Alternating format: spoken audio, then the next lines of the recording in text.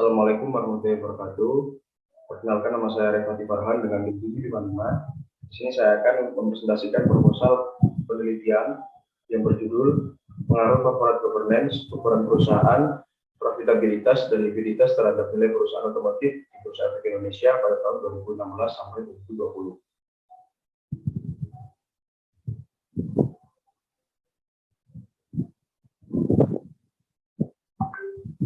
Yang pertama, latar belakang. Fenomena dari penelitian ini adalah terjadinya kenaikan dan penurunan pada harga saham perusahaan otomotif yang terdaftar pada Bursa Efek Indonesia pada tahun 2016 sampai 2020.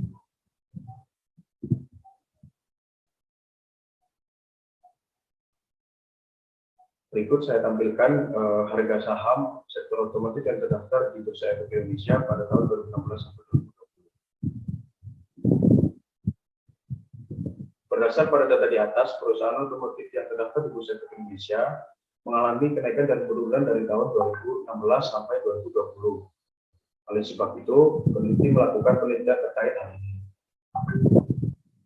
Berdasarkan uraian yang telah disampaikan, penelitian ini penting dilakukan untuk meninjau perkembangan perusahaan otomotif yang terdaftar pada Bursa Efek Indonesia pada tahun 2016 sampai 2020, sehingga penulis mengangkat hal tersebut sebagai topik dalam penelitian dengan judul Pengaruh Corporate Governance, Ukuran Perusahaan, Profitabilitas, dan Likuiditas terhadap nilai perusahaan otomotif di Bursa Efek Indonesia tahun 2016 sampai 2020. Lalu, rumusan masalah.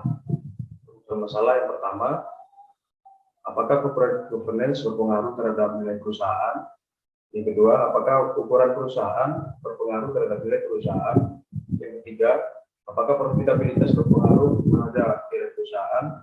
Yang keempat, apakah likuiditas berpengaruh terhadap nilai perusahaan? Lalu kemudian tujuan penelitian. Melihat pada rumusan masalah, maka tujuan yang akan diteliti pada penelitian ini adalah yang pertama, untuk membuktikan serta menguji pengaruh corporate governance terhadap nilai perusahaan otomotif yang terdaftar di Bursa Efek Indonesia. Yang kedua, untuk membuktikan serta menguji pengaruh ukuran perusahaan terhadap nilai perusahaan otomotif yang terdaftar di Bursa Efek Indonesia. Kemudian untuk membuktikan serta menguji pengaruh profitabilitas terhadap nilai perusahaan otomotif yang terdaftar di Bursa Efek Indonesia. Yang terakhir, untuk membuktikan serta menguji pengaruh likuiditas terhadap nilai perusahaan otomotif yang terdaftar di Bursa Efek Indonesia tahun 2016 sampai 2020. Lalu selanjutnya ada persamaan dan perbedaan penelitian terdahulu. Yang pertama, penelitian yang dilakukan oleh Lima Widya pada tahun 2021 dengan judul Pengaruh Corporate Governance, Ukuran Perusahaan, dan Leverage terhadap nilai perusahaan di perusahaan manufaktur sektor makanan dan minuman yang terdaftar di Bursa Efek Indonesia. Tujuan dari penelitiannya yaitu untuk mengetahui pengaruh corporate governance, ukuran perusahaan, leverage terhadap nilai perusahaan di perusahaan manufaktur sektor makanan dan minuman yang terdaftar di Bursa Efek Indonesia. Kemudian sampel yang digunakan yaitu perusahaan sektor manufaktur sektor makanan dan minuman yang memiliki laporan keuangan lengkap dari tahun 2016 sampai 2018. Periode penelitiannya 2020 sampai dengan 2021. Teknik analisisnya menggunakan SPSS, analisis deskriptif, dan verifikatif dengan menggunakan analisis regresi ganda. Lalu kemudian perbedaan dengan penelitian yang saya lakukan, perbedaannya terdapat di judul, kemudian tujuan, sampel, periode penelitian, dan teknik analisis. Kemudian Asep Surya dan Rizka Isiani pada tahun 2018. Judulnya Pengaruh Leverage dan Profitabilitas terhadap nilai perusahaan pada PT Astra International. Kemudian tujuan penelitian untuk mengetahui pengaruh leverage dan profitabilitas terhadap nilai perusahaan pada PT Astra International. Sampel yang digunakan yaitu PT Astra International. Periode penelitiannya 2018 sampai dengan 2019. Teknik analisisnya menggunakan SPSS, uji asumsi klasik, uji korelasi berganda, uji regresi berganda, dan uji hipotesis. Perbedaan dengan penelitian yang saya lakukan yaitu terdapat pada judul, tujuan, sampel, periode, dan teknik analisis. Teknik analisis ada sedikit yang sama. Kemudian yang ketiga, penelitian yang dilakukan oleh A. Ngurah Dharma dan Putu Vivi Lestari di tahun 2016. Judulnya pengaruh kebijakan dividen, likuiditas, profitabilitas, dan ukuran perusahaan terhadap nilai perusahaan. Tujuannya yaitu untuk menguji pengaruh kebijakan dividen, likuiditas, profitabilitas, dan ukuran perusahaan terhadap nilai perusahaan. Sampel yang digunakan yaitu 20 perusahaan sektor manufaktur dan terakhir di Bursa Efek Indonesia. Periode penelitian pada tahun 2016 sampai dengan 2017. Teknik analisis menggunakan SPSS, analisis regresi linear berganda yang dibantu dengan program SPSS untuk menguji asumsi klasik serta uji parsial dengan taraf nyata A sebesar 5%. Perbedaan dengan penelitian yang saya lakukan yaitu dari judulnya, kemudian tujuan penelitian, sampel, periode, dan juga teknik analisis yang memiliki sedikit persamaan.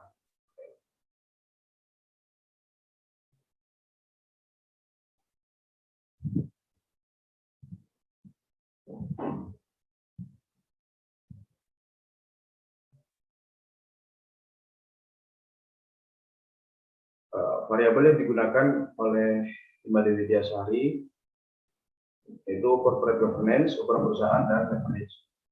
Variabel dependennya nilai perusahaan. Hasil penelitiannya, corporate governance, ukuran perusahaan, dan leverage berpengaruh secara simultan dan signifikan berpengaruh terhadap nilai perusahaan manufaktur sektor makanan dan minuman yang terdapat di Bursa Efek Indonesia. Bursa Efek Indonesia tahun 2016 sampai dengan 2018. Kemudian Asep Suryana dan Rizka Isyami 2018.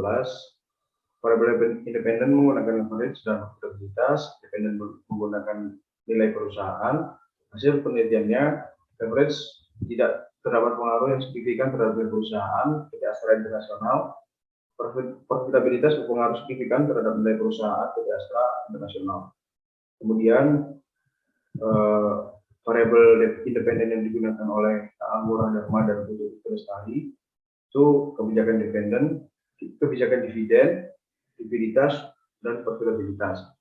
Variabel dependennya yaitu nilai perusahaan, hasil penelitiannya, kebijakan dividen, likuiditas, profitabilitas, dan ukuran perusahaan secara parsial berpengaruh positif dan signifikan terhadap nilai perusahaan.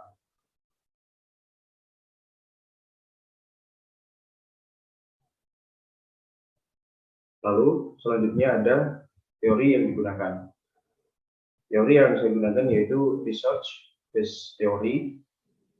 Research based theory ini berfokus pada konsep atribut keunggulan yang susah untuk diimitasi sebagai sumber kinerja yang unggul dan keunggulan yang positif. Dalam teori ini dikatakan bahwa jasa produktif yang berasal dari sumber daya perusahaan memberikan karakter unik bagi perusahaan yang bersangkutan atau disebut heterogen. Ukuran kinerja tradisional yang bisa terdapat di laporan keuangan tidak dapat mencerminkan secara penuh intangible research dalam perusahaan. Perusahaan akan memiliki keunggulan kompetitif dan mampu bersaing dengan kompetitor jika suatu perusahaan dapat memanfaatkan sumber daya yang ada dengan semaksimal mungkin.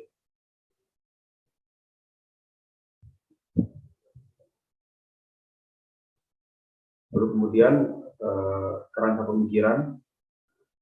Yang pertama yaitu corporate governance berpengaruh pada nilai perusahaan. Kemudian yang kedua, ukuran perusahaan berpengaruh pada nilai perusahaan. Yang ketiga, profitabilitas berpengaruh pada nilai perusahaan. Yang keempat, likuiditas berpengaruh pada nilai perusahaan.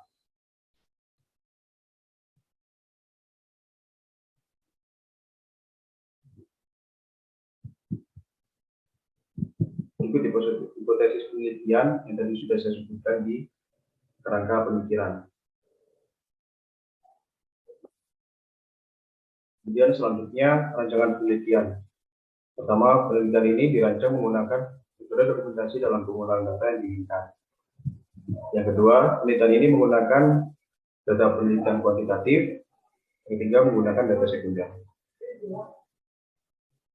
Batasan penelitian. Yang pertama, batasan sampel yang digunakan dalam penelitian ini adalah perusahaan otomotif yang terdaftar di Bursa Efek Indonesia. Yang kedua, batasan variabel yang digunakan dalam penelitian ini adalah corporate governance, ukuran perusahaan, stabilitas, dan likuiditas. Kemudian yang ketiga, batasan kurun waktu dalam penelitian ini adalah selama tahun 2016 sampai dengan 2020. Identifikasi variabel, variabel independen,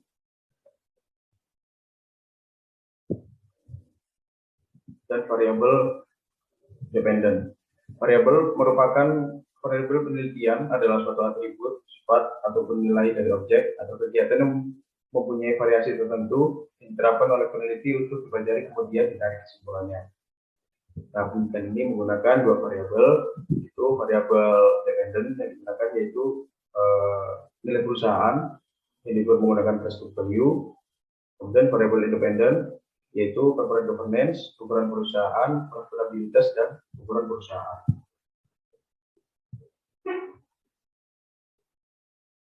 Definisi operasional dan pengukuran variabel. Yang pertama, nilai perusahaan.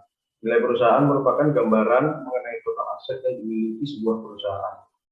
Jika nilai perusahaan tersebut baik, maka dapat menambah minat investor untuk berinvestasi di perusahaannya.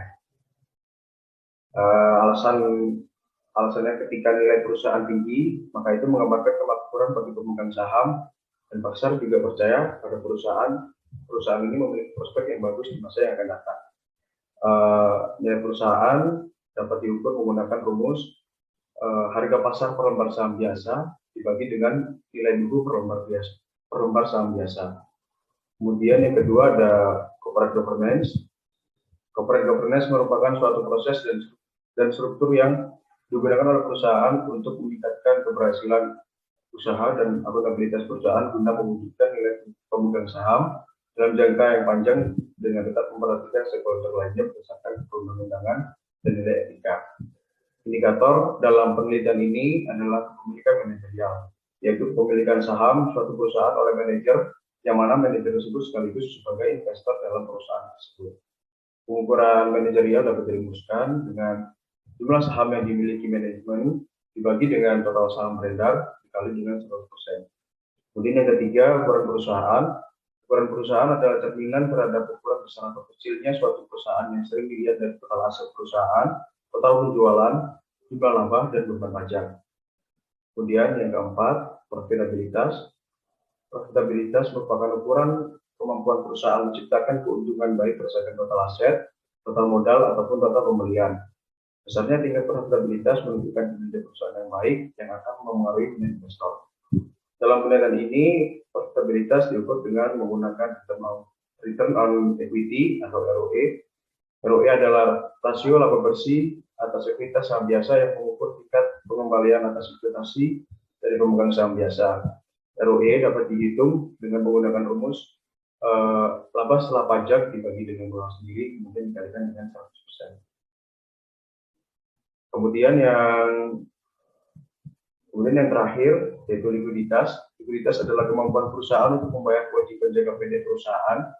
Likuiditas menjadi perhatian serius kepada perusahaan karena likuiditas memainkan peranan penting dalam sukses perusahaan.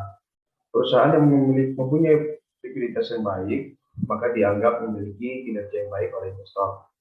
Hal ini akan menarik minat investor untuk menanamkan modalnya di perusahaan tersebut.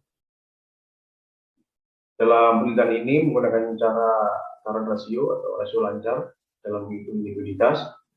Perhitungan ini ditujukan untuk mengetahui tingkat kemampuan perusahaan dalam memenuhi kewajiban jangka pendeknya dengan aktiva perusahaan yang liquid pada saat ini. Rumus perhitungan current ratio yaitu aktiva lancar dibagi dengan kewajiban lancar.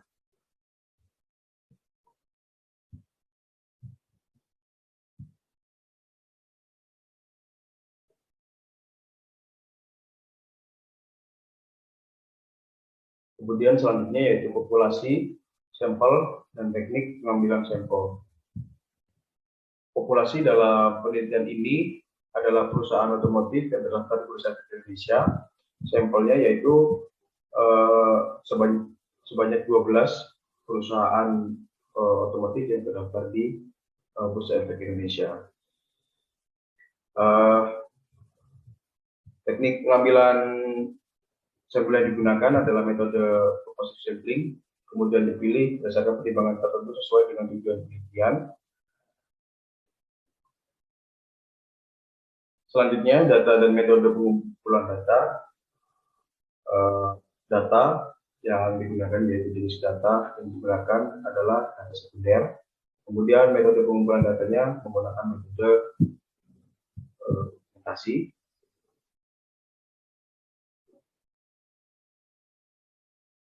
Maksud dari metode dokumentasi adalah metode untuk mengumpulkan data dengan cara mengumpulkan dokumen-dokumen seperti laporan keuangan perusahaan otomotif yang telah terdaftar di Bursa Efek Indonesia tahun 2016 sampai dengan 2016 sampai 2020.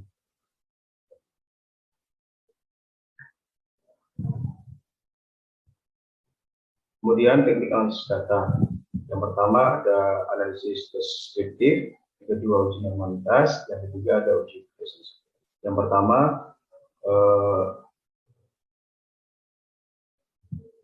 analisis deskriptif. Metode ini memiliki tujuan yang memberikan gambaran terhadap objek yang akan diteliti dan data sampel. Analisis deskriptif adalah bagian dari statistika yang mempelajari tentang pengumpulan data dan penyajian data sehingga dapat dipahami dengan baik. Analisis terhadap rasio untuk mencari nilai maupun angka-angka dari variabel X dan variabel Y. Adapun alat yang digunakan dalam penilaian ini yaitu rata-rata, nilai maksimum dan nilai minimum, dan juga standar deviasi. Kemudian yang kedua ada uji asumsi klasik. Uji asumsi klasik merupakan tahap yang harus dilakukan sebelum uji hipotesis.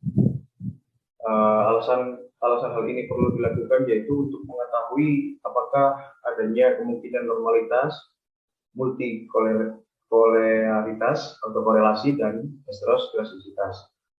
Apabila asumsi ini dilanggar, maka hasil uji hipotesis akan menjadi bias. Kemudian yang ketiga yaitu uji hipotesis.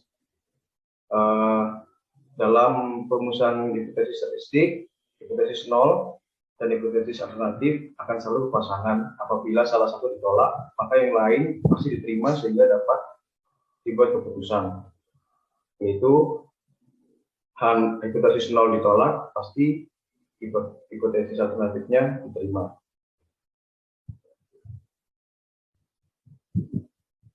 Di dalam uji hipotesis terdapat koefisien determinasi, kemudian uji signifikansi atau uji F, lalu ada uji statistik atau uji T. Mungkin itu saja yang bisa saya sampaikan pada presentasi kali ini. Kurang lebihnya mohon maaf. Assalamualaikum warahmatullahi wabarakatuh.